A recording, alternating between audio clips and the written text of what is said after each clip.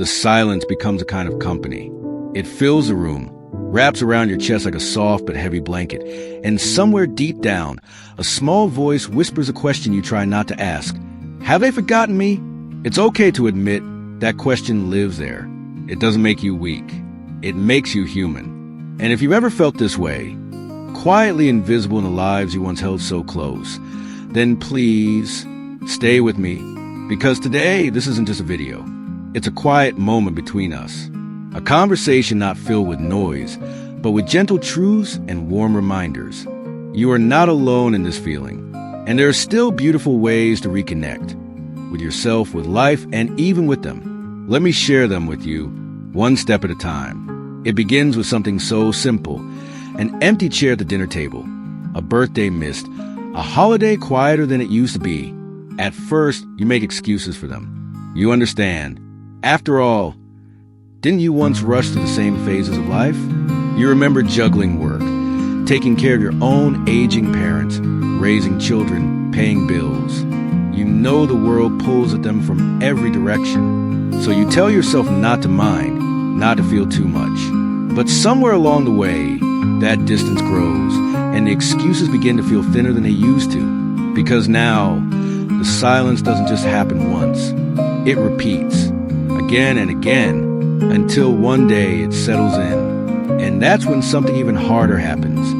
You start to wonder if maybe your feelings don't matter anymore. You hesitate to say anything. You fear sounding needy or dramatic. You tell yourself, I shouldn't expect so much.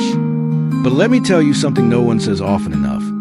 You are allowed to feel what you feel. Loneliness is not a weakness.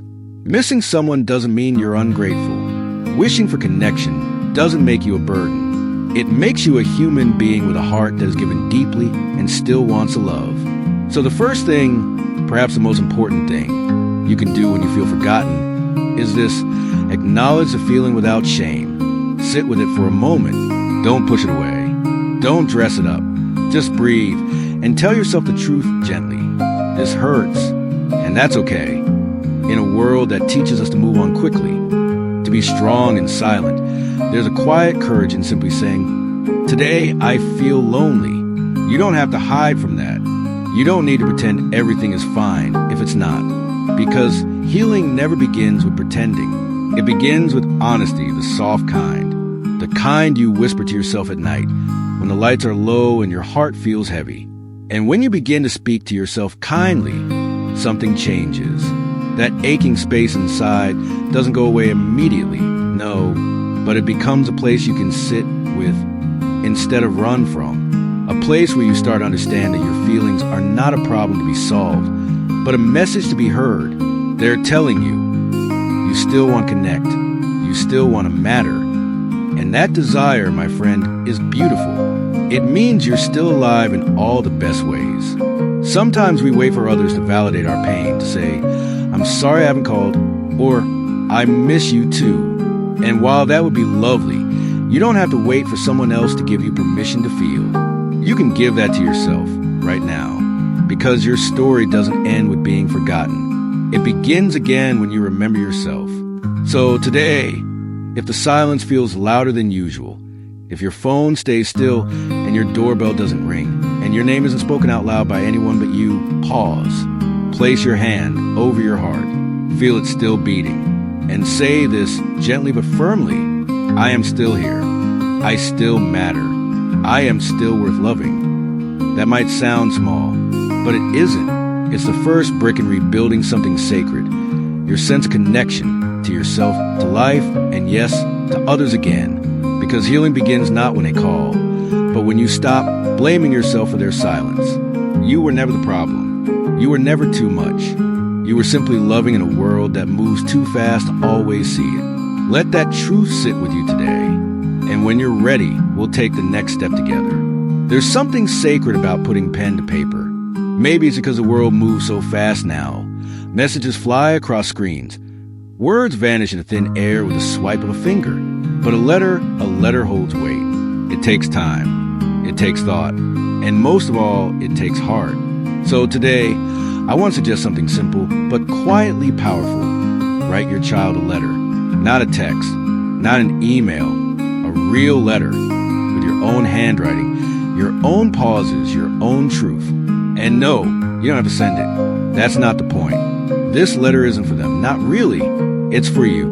You see, when we feel forgotten, so much of what aches inside us is unspoken. We carry around all these moments, memories of their childhood, the sound of their laughter, the nights you stayed up rocking them to sleep, the way their little hands used to reach for yours. And we don't always know what to do with it. Those memories live inside you like music, with nowhere to be played. And when the present feels so quiet, those echoes can hurt. But when you write, something beautiful happens.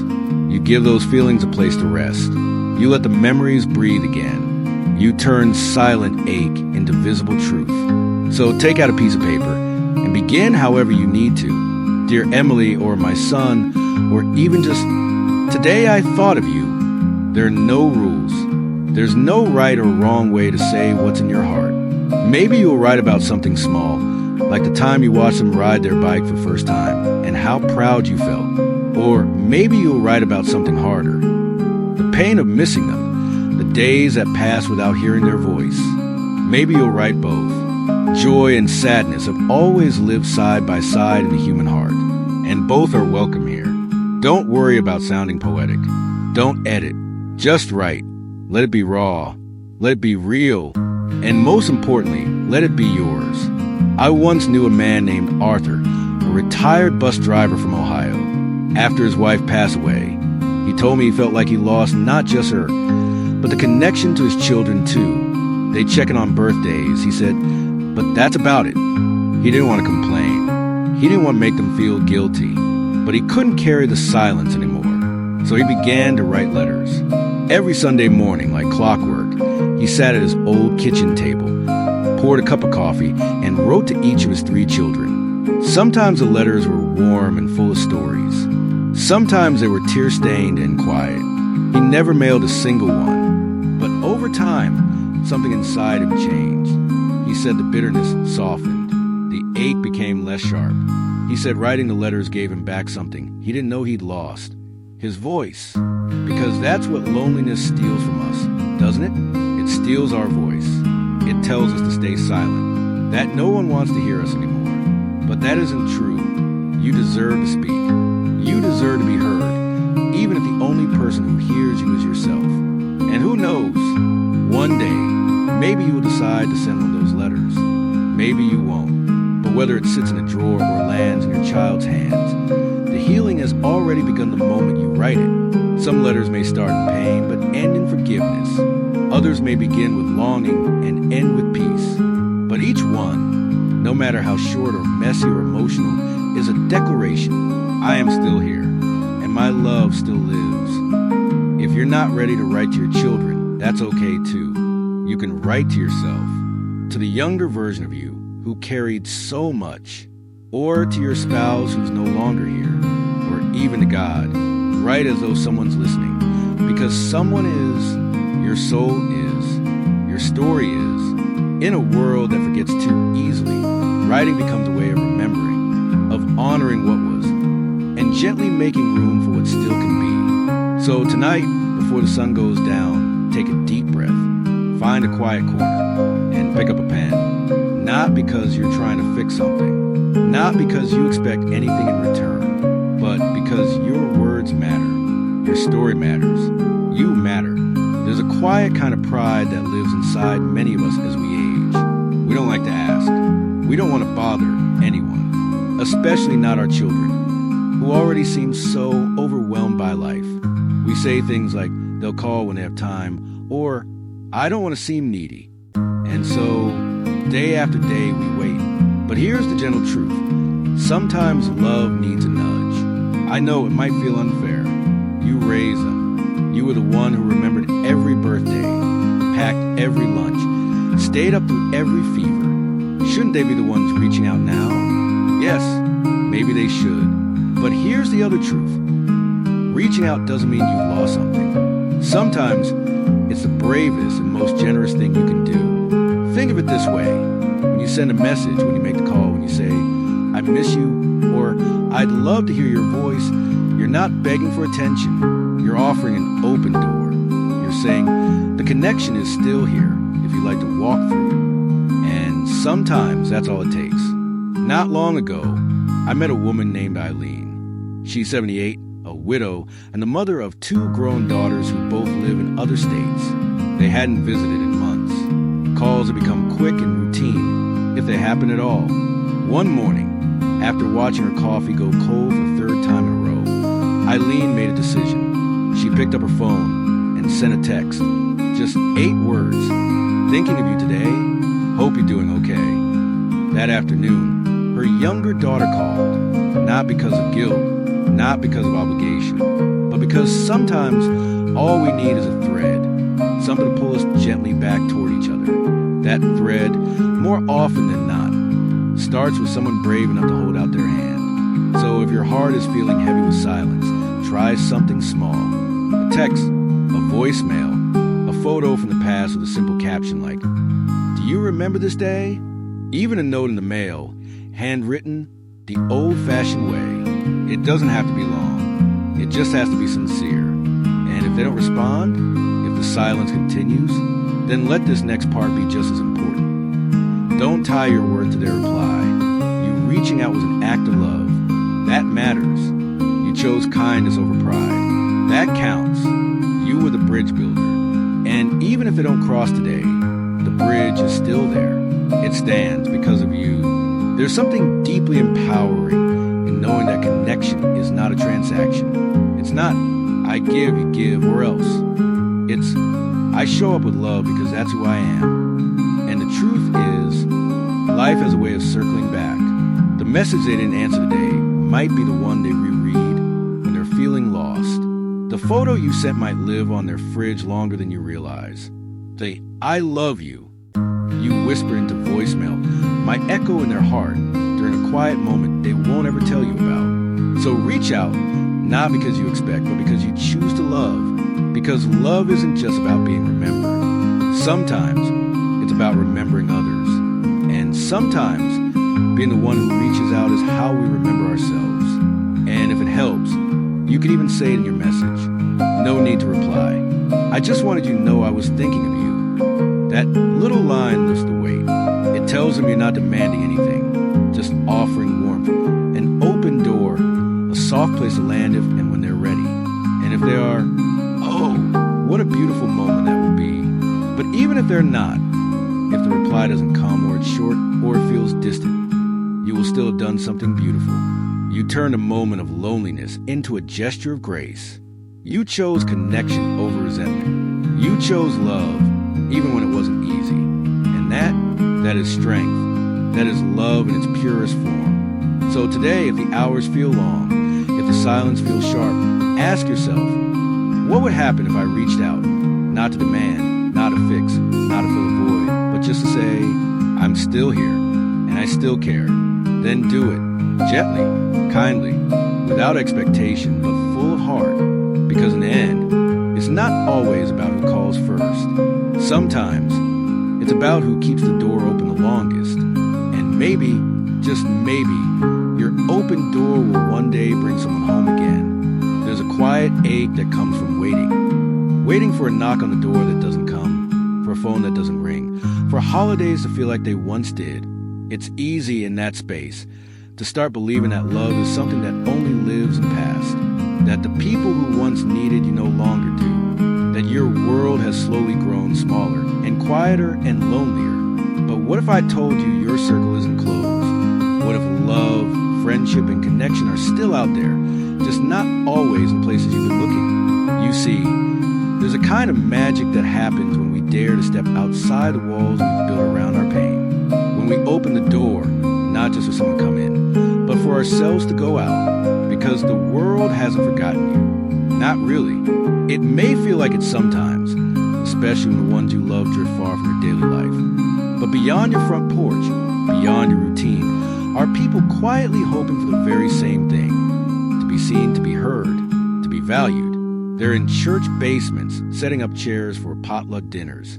They're in the local library, joining book clubs on Thursday afternoons. They're walking the same park trail each morning, hoping someone might stop and say, hello. And maybe, just maybe, you You are the answer to someone else's loneliness, just as much as they are to yours. There's a woman I once met named Margaret. She was 82, soft-spoken, and had spent most of her recent years at home after her husband passed. Her children lived far away. Holidays were quiet. Days bled into each other. She told me, I felt like wallpaper, like I was still here, but nobody noticed anymore. Then, one spring afternoon, she walked past the community center and saw a flyer. Volunteer gardeners needed. No experience required. She paused. Her hands ached most days. Her knees weren't what they used to be. But something inside her whispered, try. That following week, she showed up with a sun hat and a nervous smile. They gave her a small patch to tend, a few tomato plants, and a row of marigolds. Nothing much, but over time, those small garden beds became something more. People started to remember her name. They asked for her advice. They saved her a chair in the shade.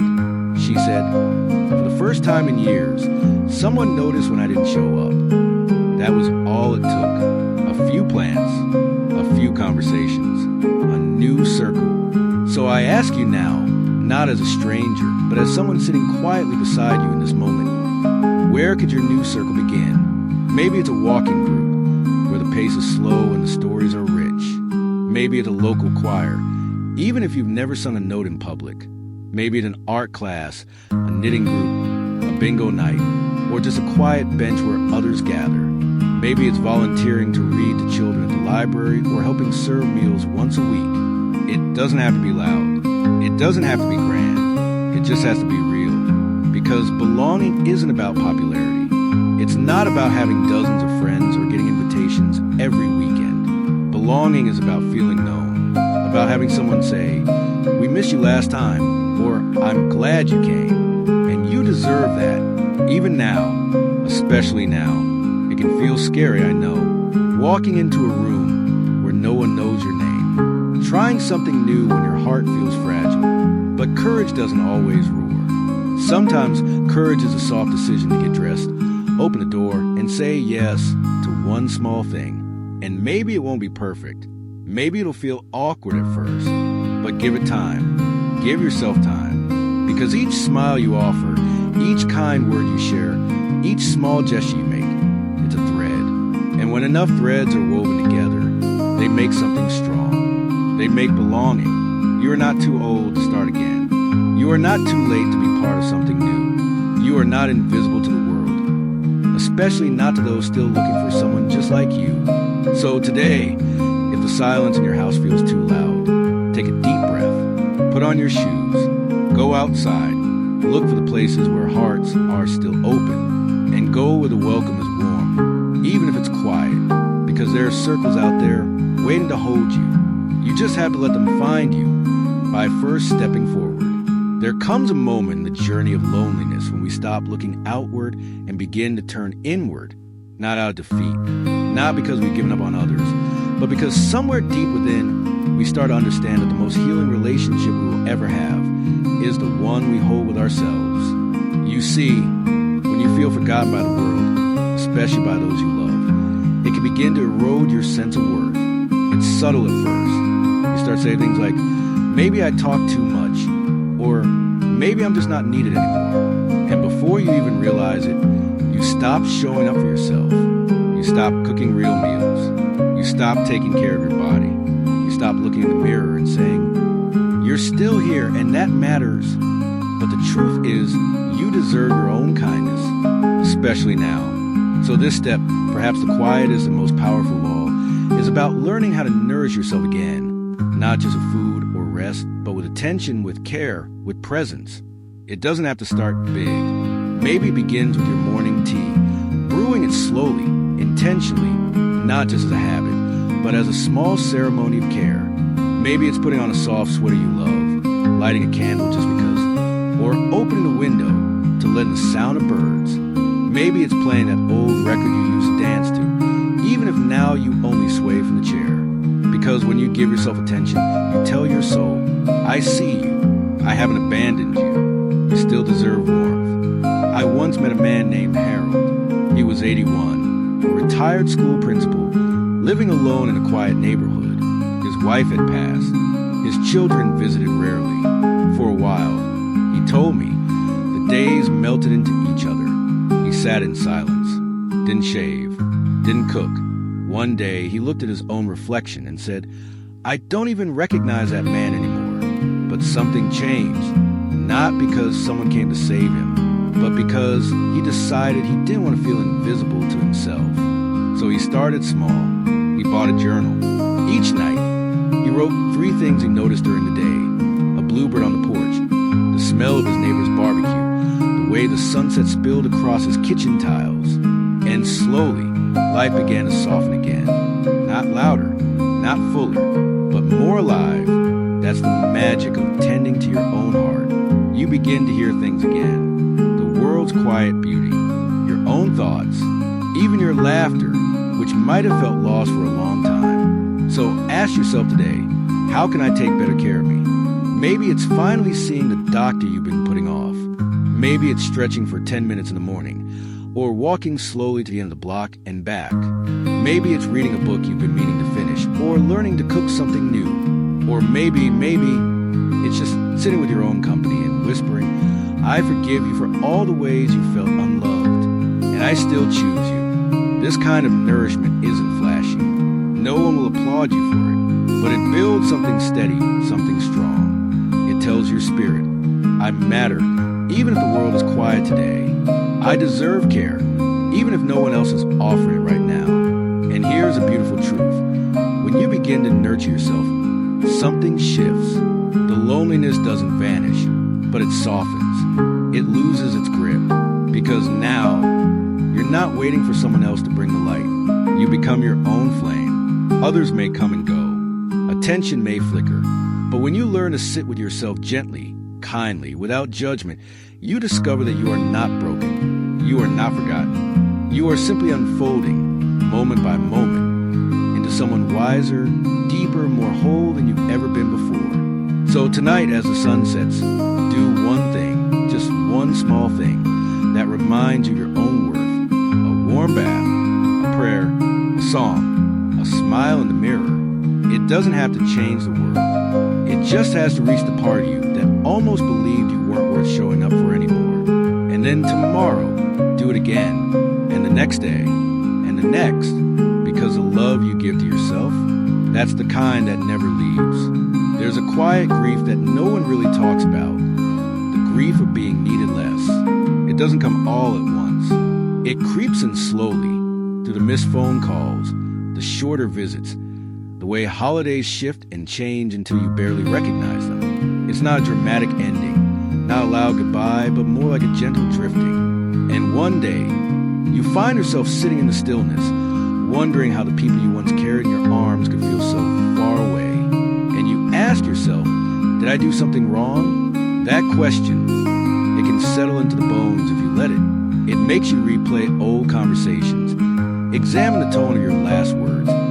Wonder if there was a moment when they began to pull away you just didn't notice. But I want to say something to you now. Something simple and true. You didn't fail. You were not too much. You were not too little. You were a parent. And you gave what you could with what you had in the best way you knew how. Life changes. People grow. Priorities shift. And sometimes, despite all the love you poured in, your children will still drift away. Not out of cruelty, not out of malice, but because they're lost in their own lives, their own struggles, their own wounds. And while that doesn't excuse their distance, it does remind us their silence is not always about you. So here's the hardest, but perhaps most liberating step on this journey. Let go of the expectation that they will fill the space inside you. This doesn't mean you stop loving them. It doesn't mean you cut them out. It means you stop holding your breath, waiting for their affection to validate your worth. Because the longer you wait for someone else to show up in a way they may never be ready to, the longer you keep yourself from stepping into your own peace. Letting go is not rejection. It is not resentment. It is release. It is saying, I love you even from afar, but I will no longer tie my joy to your attention. That kind of letting go, it's not cold. It's warm, actually. It's mature.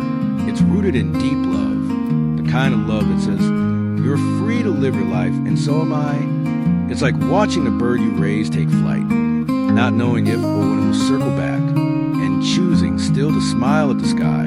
I knew a woman once named Alma. She was 84, a retired nurse, mother of 4. She told me she used to sit by the window every Sunday afternoon, hoping at least one of them would call. Most Sundays came and went in silence, and each time, she said, a small part of me would break, until one Sunday, she made herself a cup of tea, turned off the phone, and went out to sit in the garden. She watched the bees, listened to the wind. She didn't check the time. She didn't check the phone. And that evening, she wrote in her journal, "Today I stopped waiting. I didn't stop loving, but I stopped waiting." That was the day she set herself free, because love that is tethered to expectation becomes heavy, but love that is released becomes light again. And sometimes, when you stop chasing someone's presence, you make room for your own. So today, if you're still holding out hope that one more voicemail, one more letter, one more plea might change everything, they might come back, they might apologize, they might finally say, "I see you, I love you," I ask you this gently: what would happen if you stopped waiting and started living? Not without them, but without needing them to make you whole. You are already whole. You always have been, even when the silence was loud, even when the chair beside you stayed empty. Letting go doesn't erase the memories. It doesn't erase the love. It simply says, I will not let your absence undo all the beauty I still have left. So let the love stay. Let it live in your letters, in your morning tea, in the way you speak kindly to yourself. Let it be a quiet blessing, not a burden, because love is never lost. It just changes shape. And today, you can shape it into something new, something gentle, something freeing, something that gives you back to yourself. Let go of the expectation, but not the love, never the love. And now, here we are at the quiet end of this little journey together. You walk through memories, through silence, through longing, and through the soft places of your heart that maybe haven't been touched in a long time. And if you made it this far, I want you to know something simple, something true. You are not alone, not in your sadness, not in your hope, not in your desire to feel seen again. There are thousands, millions, even who feel what you feel, who sit in quiet homes, wondering if they're still needed, still remembered, still loved. And the answer is yes, even if the calls don't come, even if the visits are few, even if the world seems to move on without you. You matter. Your story matters. Your love still lives in every corner of the world where you once gave it freely. So tonight, or tomorrow morning, or sometime in the quiet hours in between, do something for yourself. Something small, something kind. Make a cup of tea. Step outside. Let the breeze touch your face. Light a candle. Listen to a song you used to love. Let those moments remind you that life is still here, waiting patiently for you to lean into it again. Not because your children came back, but because you did. Because you chose to reach inward and outward. Because you chose to write, to care, to release, and to begin again one breath at a time. And if someday your child does call or visit or return, may they find you not waiting in sorrow, but already full of your own quiet peace. Still loving, still living, still you. If this message touched your heart today, please consider giving a like and sharing it with someone who may need it too. And don't forget to subscribe for more quiet moments of